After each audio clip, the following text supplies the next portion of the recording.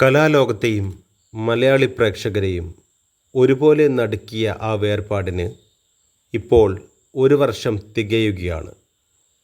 ചിരിയുടെയും പാട്ടിൻ്റെയും വേദിയിൽ നിന്ന് പെട്ടെന്നൊരു നാൾ ആരും പ്രതീക്ഷിക്കാതെയാണ് കലാഭവൻ നവാസ് എന്ന കലാകാരൻ വിട പറഞ്ഞത്. പ്രകമ്പനം എന്ന ചിത്രത്തിൻ്റെ ഷൂട്ടിങ്ങിനായി ചോറ്റാനിക്കരയിലെ ഹോട്ടൽ മുറിയിൽ തങ്ങിയ അദ്ദേഹത്തെ ഹൃദയാഘാതത്തെ തുടർന്ന് മരിച്ച നിലയിൽ കണ്ടെത്തുകയായിരുന്നു. ആ വിയോഗ വാർത്ത ഉണ്ടാക്കിയ ആഘാതത്തിൽ നിന്ന് അദ്ദേഹത്തിൻ്റെ കുടുംബവും ആരാധകരും ഇപ്പോഴും മുക്തരായിട്ടില്ല. നവാസിൻ്റെ മരണത്തോടെ തനിക്ക് നഷ്ടമായത് സ്വന്തം വലം കൈയാണെന്ന് പറഞ്ഞ് ഇപ്പോഴിതാ സഹോദരനും നടനുമായ നിയാസ് ബക്കർ പങ്കുവച്ച വൈകാരികമായ കുറിപ്പാണ് സോഷ്യൽ മീഡിയയിൽ വൈറലാകുന്നത്.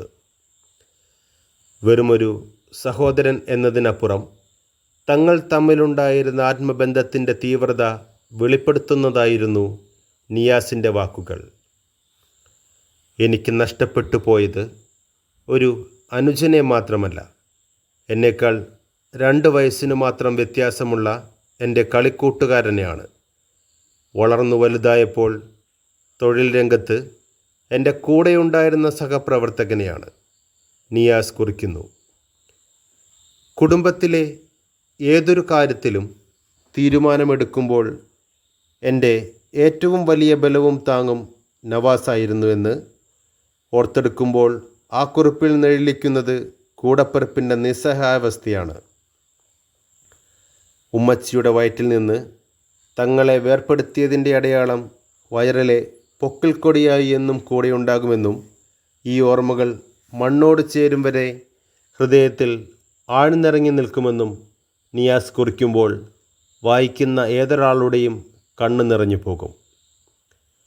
മരണം ദൈവത്തിൻ്റെ തീരുമാനമാണെന്നും അതിനോട് പൊരുത്തപ്പെടുകയല്ലാതെ വേറെ വഴികളില്ലെന്നും തിരിച്ചറിയുമ്പോഴും ഉള്ളിലെ ആഴത്തിലുള്ള മുറിവ് ഉണങ്ങാതെ നിൽക്കുകയാണ്. പ്രിയപ്പെട്ട നവാസിൻ്റെ ഓർമ്മകൾക്ക് മുന്നിൽ പ്രണാമം അർപ്പിക്കുന്നതിനോടൊപ്പം പ്രിയപ്പെട്ടവരുടെ പ്രാർത്ഥനകളിൽ നവാസ് എപ്പോഴും ഉണ്ടാകണമെന്ന അഭ്യർത്ഥനയോടെയാണ് നിയാസ് തൻ്റെ കുറിപ്പ് അവസാനിപ്പിക്കുന്നത്. നമ്മുടെ ഉള്ളിൽ ഒരുപാട് ചിരിയുടെ നിമിഷങ്ങൾ വിരിയിച്ച കലാഭവൻ നവാസിൻ്റെ ഓർമ്മകൾക്ക് മുന്നിൽ നമുക്കും പ്രണാമമർപ്പിക്കാം. കൂടുതൽ വാർത്തകൾക്കും വിശേഷങ്ങൾക്കുമായി ചാനൽ സബ്സ്ക്രൈബ് ചെയ്യുക, കൂടാതെ ബെല്ലൈക്കൺ അമർത്തുക.